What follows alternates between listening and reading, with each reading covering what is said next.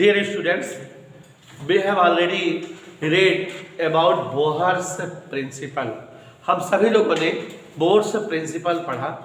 Bourse ने Rutherford के atomic model को सुधार करके एक अपना लॉजिकल या अपना एजम्पशन प्रस्तुत किया, जिसे बोर्स मॉडल या बोर्स जो है लॉजिक कहते हैं, बोर्स प्रिंसिपल कहते हैं। बोर्स प्रिंसिपल के 3 पास्टुलेट थे। फर्स्ट पास्टुलेट क्या था, आपको समझाए हुए हैं कि electron always moves in that orbit for which angular momentum of electron will be same as the h/2 pi times of the orbit number. ठीक है ना बेटा? अगर इलेक्ट्रॉन किसी ऑर्बिट में मूव करते हैं तो उनका रिवॉल्यूशन तभी संभव है जबकि उनका एंगुलर मोमेंटम उस ऑर्बिट के नंबर के h/2 पाई टाइम्स हो। Means angular momentum mvr equal nh/2 पाई। ठीक बेटा? फिर उसके बाद हम लोगों ने एक्सप्लेन किया, याद करिए, कि these orbits for which nh/2 pi equal mvr are known as stationary orbit. Second postulate of Bohr's principle is that no energy emitted by electron during its revolution motion in stationary orbit। Stationery orbit में revolve करने के दौरान इसके द्वारा कोई भी energy का जो है एमिशन नहीं होता। ठीक बेटा?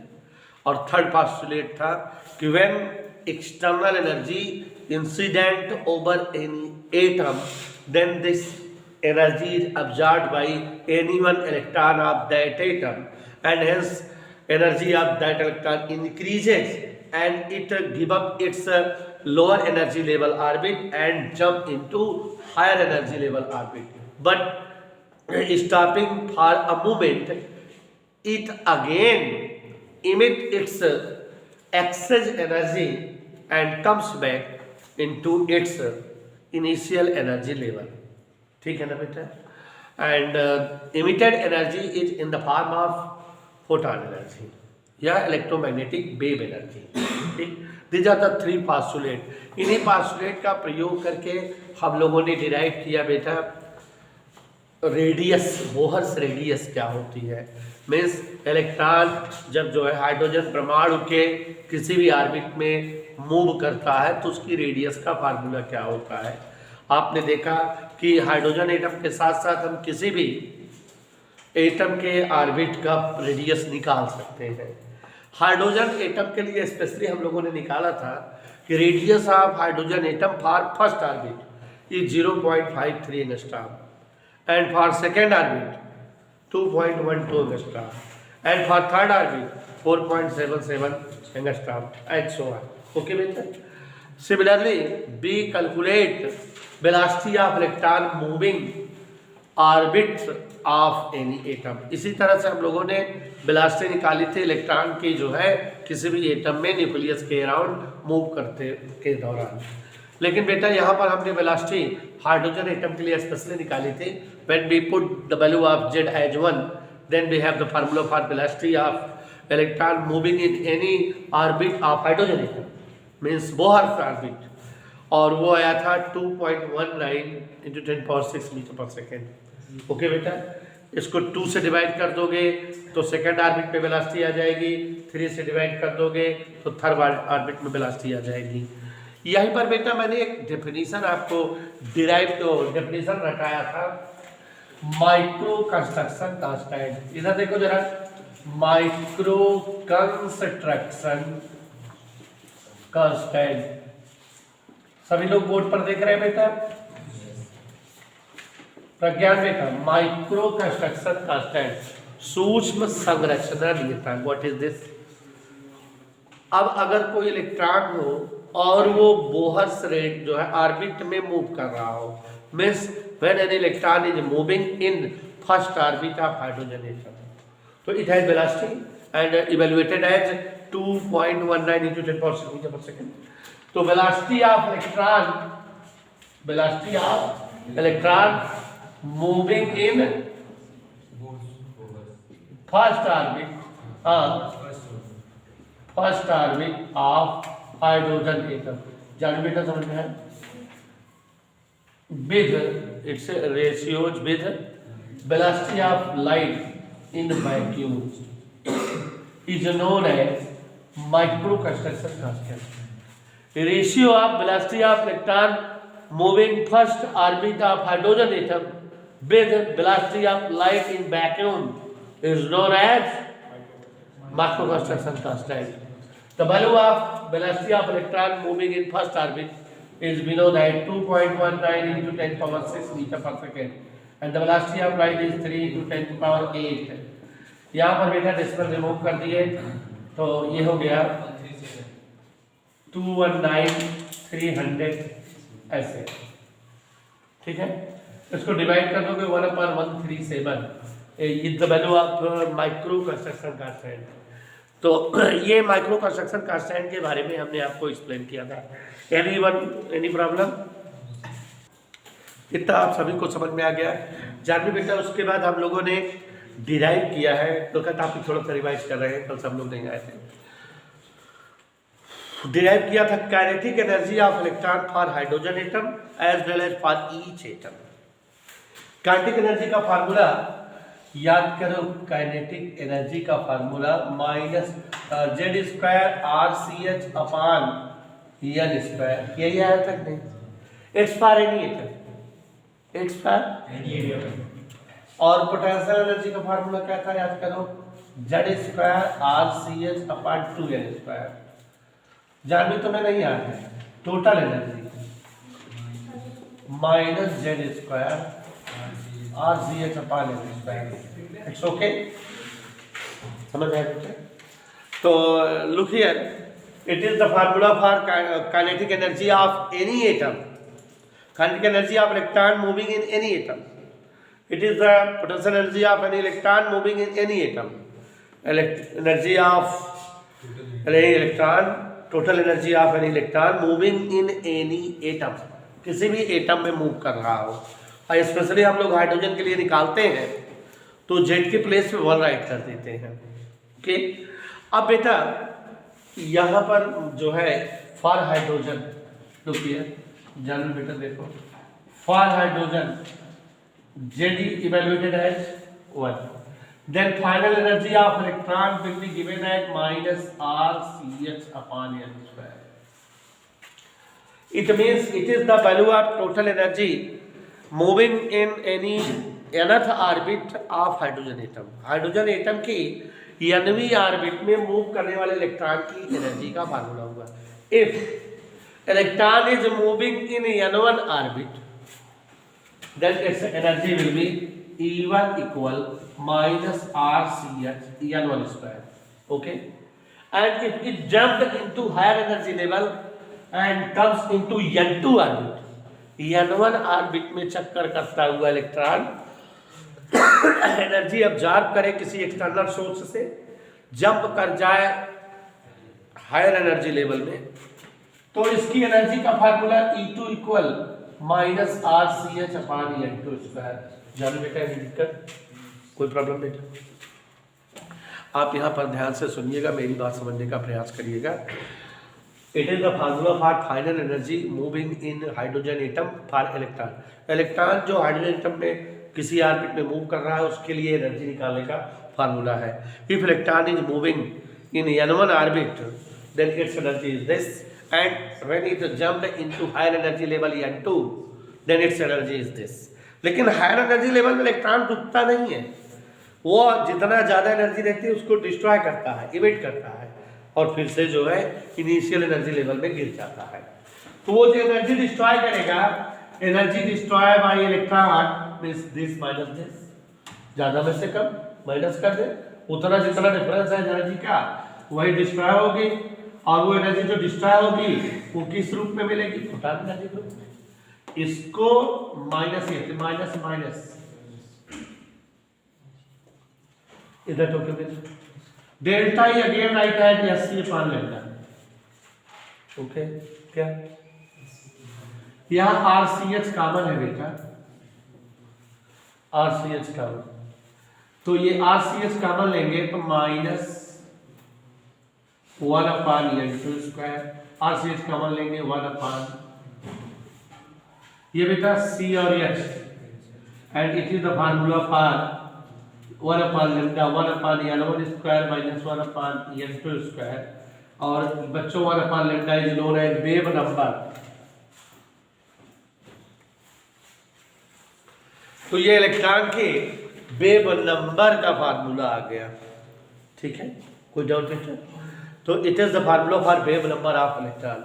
ऐसे ही कल की क्लास में हम समझाए थे आपको कि here R is known as Rydberg constant, R is known as, and there are some special uses, इसके दो यूज हैं रिडबर्ग कांस्टेंट के।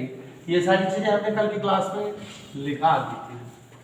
देखो जरा, a scientist Rydberg find out m⁴ upon 8 CH³ is known as Rydberg constant। यही बताया थे नहीं? देखो पहले, अच्छा ठीक।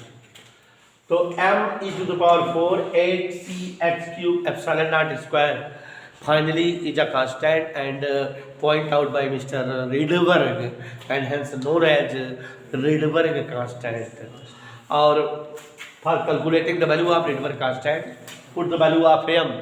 Here m is the mass of electron and its value is 9.1 × 10⁻31. Here E is the charge on electron which is 1.6 × 10⁻19 coulomb. 8 it also number. C velocity of light in vacuum 3 × 10⁸ meter per second.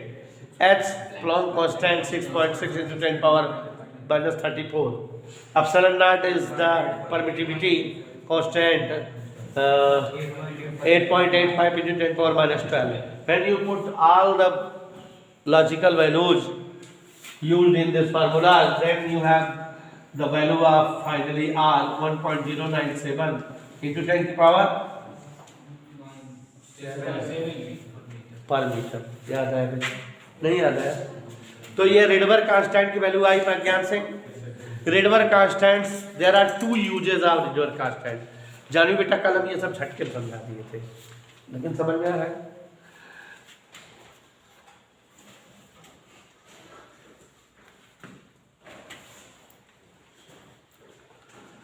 Rydberg constant के दो use हैं। पहला क्या है? Rydberg constant is use for calculating wave number. और अपना lambda में यार था, तो इसकी वैल्यू कहाँ यूज होती है बेटा? वेव नंबर निकालने में। Also Rydberg constant is used for calculating ionization energy या आयनाइजेशन पोटेंशियल। ठीक है बेटा? अब बच्चों मैं छोटी मोटी कुछ डेफिनेशन आपके सामने रख रहा हूं, जो सुन पाना सुन लेना, जो नहीं सुन पाना ऊपर से जाने देना। ध्यान से सुनो मिस्टर प्रज्ञान, ध्यान से, ओके? देखिएगा, आप लोगों में से पूछेंगे भी ना, पूछेंगे भी, हंस लो। If it is any atom then it is clear it contains nucleus as positively charged in its midlist position। अगर ये कोई एटम है जिसके बीचों बीच के भाग में पॉजिटिवली चार्ज पोर्शन न्यूक्लियस है, and there are some orbits around that nucleus. उस न्यूक्लियस के अराउंड क्या है? Orbits. And energy required for remaining in any orbits, किसी भी ऑर्बिट में रहने के लिए एक डिफिनिट मात्रा की एनर्जी की रिक्वायर्ड होती है। अभी भी आपने निकाला था कि nth ऑर्बिट में एनर्जी का फार्मूला -z² RCH/L²। तो इस फार्मूले से हम n के प्लेस पे 1 2 3 4 राइट करते जाएं तो किसी भी ऑर्बिट की एनर्जी लेवल या एनर्जी वैल्यूएशन निकाल सकते हैं।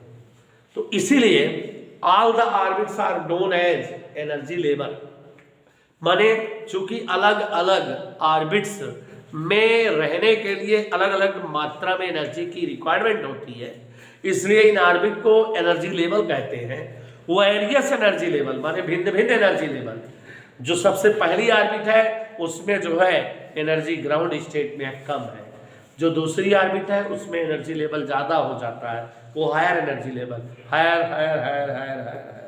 तो यहाँ each atoms contain so many orbits 0 to infinity, किसी भी ऑर्बिट में 0 से इन्फिनिटी ऑर्बिट हो सकती है किसी एटम में, and these orbits are known as energy level. इन ऑर्बिट को हम क्या बोल रहे हैं? Energy level, because for remaining in any orbits there will be required of special amount of energy. किसी भी एनर्जी लेवल में रहने के लिए एक निश्चित मात्रा की एनर्जी की रिक्वायर्ड होती है, इसलिए हम जो है इन्हें एनर्जी लेवल कहते हैं।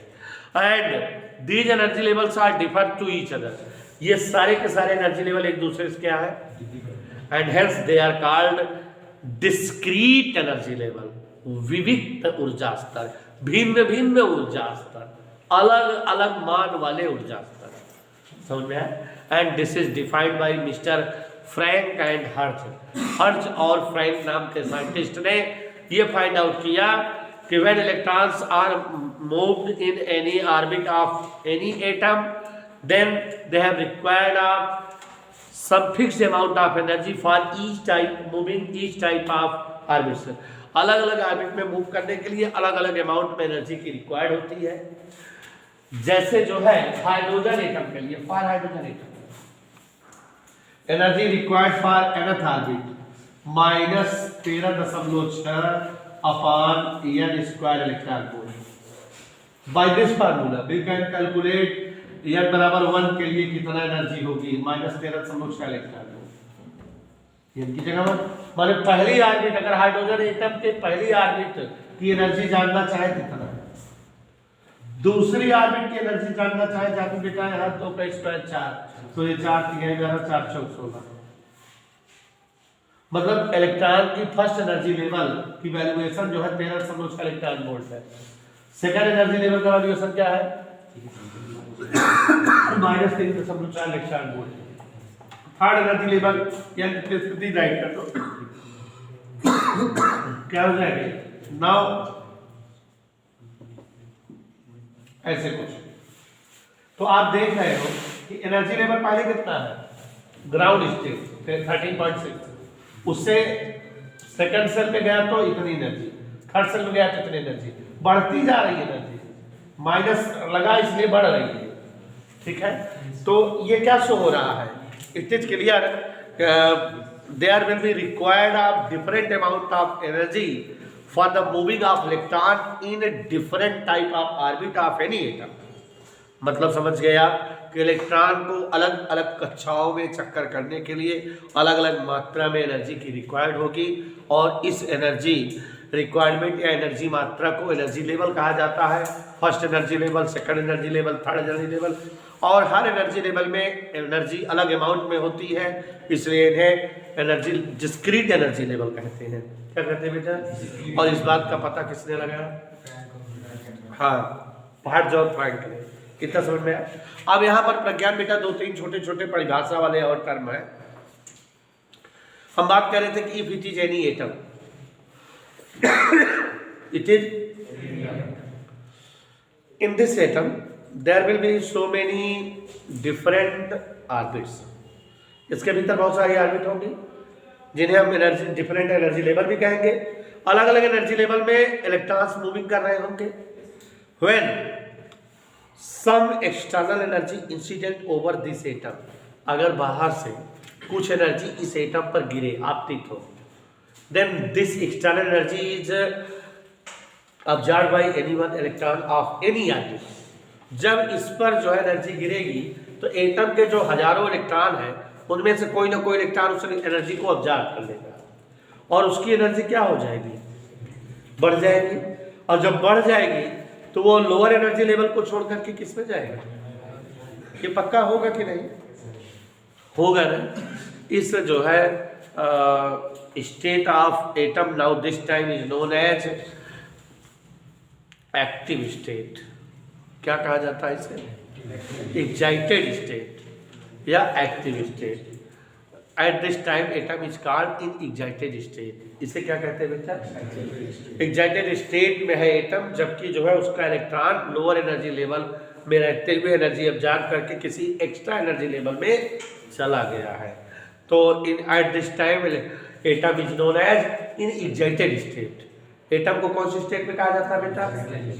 अब यहाँ पर हो सकता है either electron jump first orbit to second orbit, either electron jump first orbit to third orbit, either electron jump first orbit to fourth orbit. ऐसे तो कुछ होगा बेटा। इलेक्ट्रॉन पहली ऑर्बिट में चक्कर कर रहा है जिसमें उसको एनर्जी कितना चाहिए? 13.6। अब अगर मान लो इस पर बाहर से एनर्जी गिरी और इसको लगभग 10 जूल एनर्जी मिल गई। कितना? 10 इलेक्ट्रॉन वोल्ट। तो इसकी एनर्जी नियर अबाउट इतना हो जाएगी ना, तो मतलब वो किस ऑर्बिट में आ जाएगा? सेकंड ऑर्बिट में आ जाएगा। लेकिन मान लो ये जो इलेक्ट्रॉन एनर्जी अब्जॉर्ब किया हो, ये मान लो 12 इलेक्ट्रॉन वोल्ट के नियर अबाउट एनर्जी अब्जॉर्ब किया हो, तो इस सेल वाला इलेक्ट्रॉन अगर 12 इलेक्ट्रॉन वोल्ट के नियरली एनर्जी एब्जॉर्ब करेगा तो इसकी एनर्जी बढ़कर कितना हो जाएगी? -1.6 के लगभग, मतलब इतना हो जाएगी नहीं। तो ये फिर पहली से दूसरी में नहीं आएगा, it jump from first to. और इस समय इलेक्ट्रॉन, इस समय एटम की स्टेट क्या कहलाएगी? Excited state. And this phenomenon is called transition. इस फिनोमेनन को हम क्या कहते हैं? Transition. When electron jump from first to second it is known as first transition, and electron jump first to third it is known as second transition. हमका बता दे यार। When electron jump first to fourth orbit then it is known as third transition. ठीक है, मतलब बेटा जैसे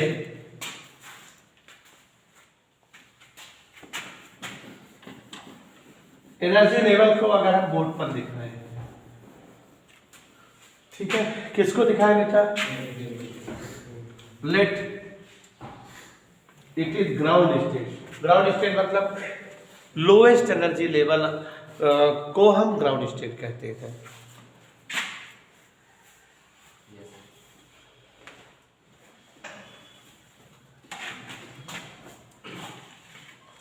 n बराबर 0, अभी मतलब ऑर्बिट नहीं स्टार्ट हुई, यहाँ से ऑर्बिट स्टार्ट हो रही है।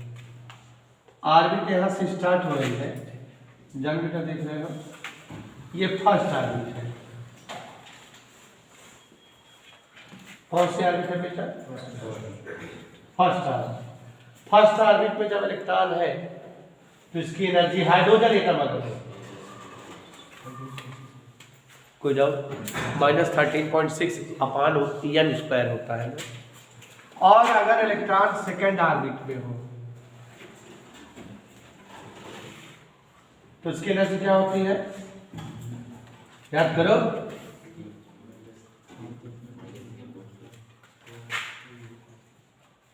ठीक है बेटा। थर्ड में ऐसे ही fourth orbit, fifth orbit, sixth orbit, n = 4, n = 5, n = 6 और it is n = n20।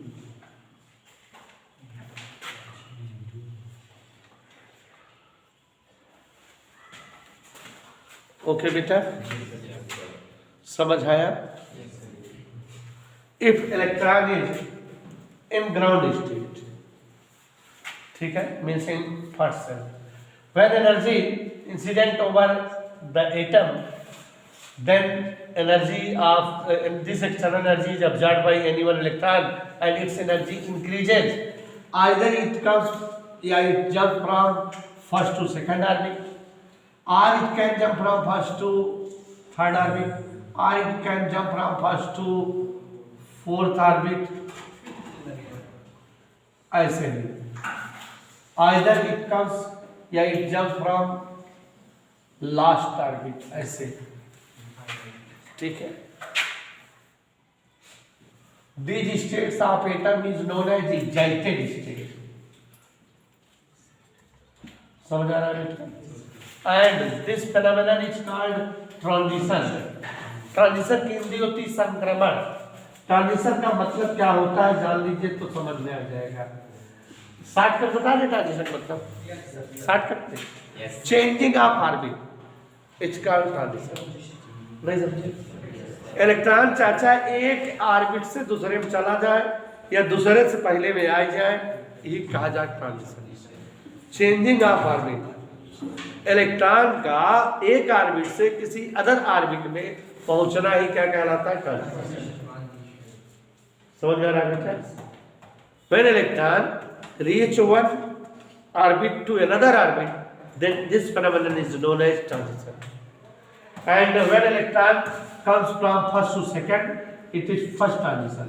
It is second, it is third transition. Okay? And when electron absorb energy and give up the atom, then it's called ionization. ठीक है? And now this time state of atom is known as ionized state. ठीक है बेटा? Transition are of two types. ये first transition है, इसको कहते हैं एब्जॉर्प्शन ट्रांजिशन।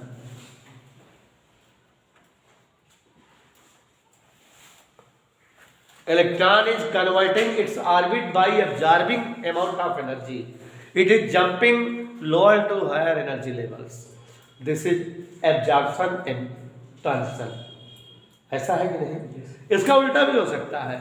मान लो सिक्स्थ सेल का कोई इलेक्ट्रॉन हो, ये अपनी एनर्जी जो है इमिट करे, सिक्स से फिफ्थ सेल में आ जाए, या सिक्स से फोर्थ सेल में, या सिक्स से थर्ड सेल में, या सिक्स से इसमें, या सिक्स से इसमें, किसी में, यह भी ट्रांजिशन है, but it is known as emission transition. Energy को इमिट करने के बाद जो है सेल को बदलना। तो समझ आ रहा है बेटा? तो आपको यहाँ पर छोटी छोटी ढेर सारी डेफिनेशन हमने क्लियर कर दिया। समझ में आया बेटा काबिल जान? देख लो, when electron absorbed external energy, then it give up its ground state and comes into any other higher energy level. At this time, जब ऐसा हो, atom is called in excited state, and this phenomenon is called transition. Jumping of electron first to second cell or first to third cell, first to any other cell is known as transition. ठीक है? Transition are of two types. Where electron shows transition by absorbing energy, when it jumping lower to higher energy level, then this type of transition is absorption transition जैसे ये. And when electron emits its external energy and comes higher to lower energy level, then this type of transition is known as emission transition. Okay? ठीक है? And if electron absorb such a type of energy and give up the orbits of atom, comes out from the atom, then this state of atom is called ionized state, and this phenomenon is called ionization. ठीक है ना बेटा? Atom को इतना energy मिल जाए कि वो सारी एनर्जी अब्जॉर्ब करके इलेक्ट्रॉन उससे जो है बाहर हो जाए, then atom is known as ionised, it become positively और negatively charged, and the phenomenon is called ionisation. समझ में आया बेटा? तो ट्रांजिशन दो तरह के होते हैं। अब्जॉर्प्शन ट्रांजिशन मतलब when electron source transition by absorbing energy by jumping lower to first to second, first to third, first to fourth. And when electron emits its external energy and come higher to lower energy level, then this type of transition is known as emission transition. This is emission transition, this is absorption transition. ठीक है? दिखा सकते हैं ना बेटा? बात समझ में आई? कोई डाउट बेटा? क्लियर? समझ आ रहा है बेटा? यही हम लिखा भी रहे हैं, एब्जॉर्प्शन ट्रांजिशन, एमिशन ट्रांजिशन।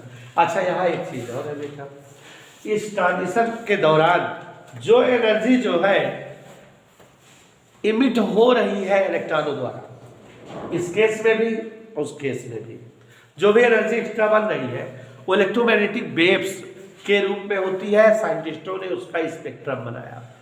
आपको हमने कल की क्लास में एक्सप्लेन किया था spectrum of energy emitted by electron in hydrogen atom firstly discovered by mister Balmer. सबसे पहले किसने जो है इन्वेंट किया था? उन्होंने दिखाया कि when electron comes in second orbit from any other orbit, नहीं समझे? इलेक्ट्रॉन जो है थर्ड से दूसरे में आ जाए, फोर्थ से दूसरे में आ जाए, फिफ्थ से दूसरे में, सिक्स्थ से दूसरे में, किसी भी ऑर्बिट से दूसरे ऑर्बिट में आते हैं तो इनके द्वारा इमिशन एनर्जी जो होती है का स्पेक्ट्रम बामर स्पेक्ट्रम कहलाता है। और बामर स्पेक्ट्रम के लिए वेवलेंथ का निकालते हैं फार्मूला। कौन से फार्मूले से? अभी अभी बताए थे, 1/λ इक्वल r1/n² माइनस 1/n²। अब यहाँ बेटा प्रज्ञान समझो, 1/n² minus 1/n²। n1 means lower energy level, मतलब सेकंड, n बराबर 2, n2 मीन्स 3 4 5 टू इंफिनिटी। ठीक है, तो सबसे पहले जो है किसने खोजा था? बामर स्पेक्ट्रम खोजा था। इनकी खोज के बाद लाइमन एक साइंटिस्ट हुए हैं, उन्होंने पता लगाया कि if electron emits its energy and comes to ground state first shell then emitted energy spectrum is Lyman spectrum. मतलब जब इलेक्ट्रॉन विभिन्न कक्षाओं से किस कक्षा में आए? फर्स्ट में, तो उसके द्वारा इमिट एनर्जी का स्पेक्ट्रम क्या होता है बेटा? Lyman spectrum. तो पहले बामर ने खोजा था, उनके बाद जो है लाइमन की खोज हुई है। तो सीरियल से जब स्पेक्ट्रम पढ़ा जाता है तो हम लोग पहले लाइमन पढ़ते हैं, क्योंकि ये फर्स्ट सेल में आने वाले इलेक्ट्रॉन के लिए है, सेकंड के लिए बामर है, थर्ड के लिए पास्चन। पास्चन अपने आप डेफिनेशन बना लोगे। When electron emits its external energy या exchange energy and comes back into third energy level, then energy spectrum is known as Paschen. ऐसे ही ब्रैकेट, ऐसे ही फुड। ठीक है, सबकी वेवलेंथ उसी फार्मूले से निकाल सकते हो, वेवलेंथ की रेंज निकाल सकते हो कि इस प्रकार के स्पेक्ट्रम में इतना वेव लेंथ से लेके इतना वेवलेंथ तक की वेव मिलेगी। अरे लोवेस्ट और हाईएस्ट वेवलेंथ निकाल लो, हो गया, रेंज आ जाएगी।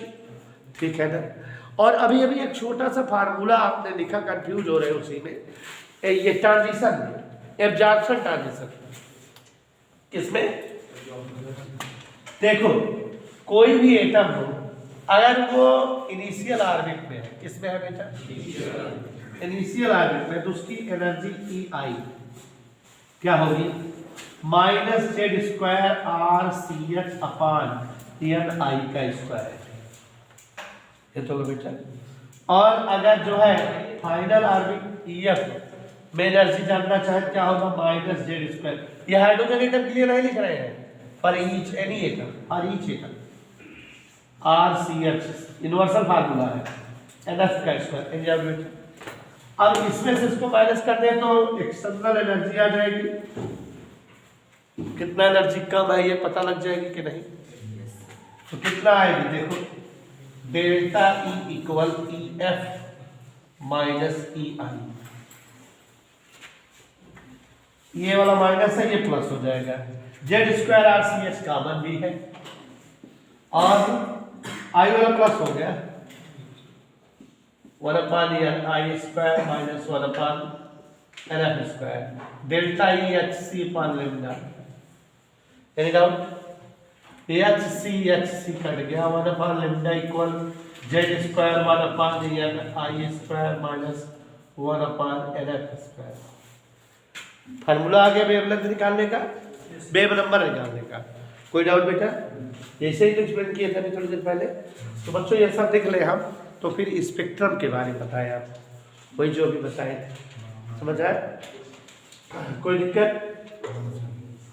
हाँ, जहाँ तक लिख लिए उसके आगे बोलो।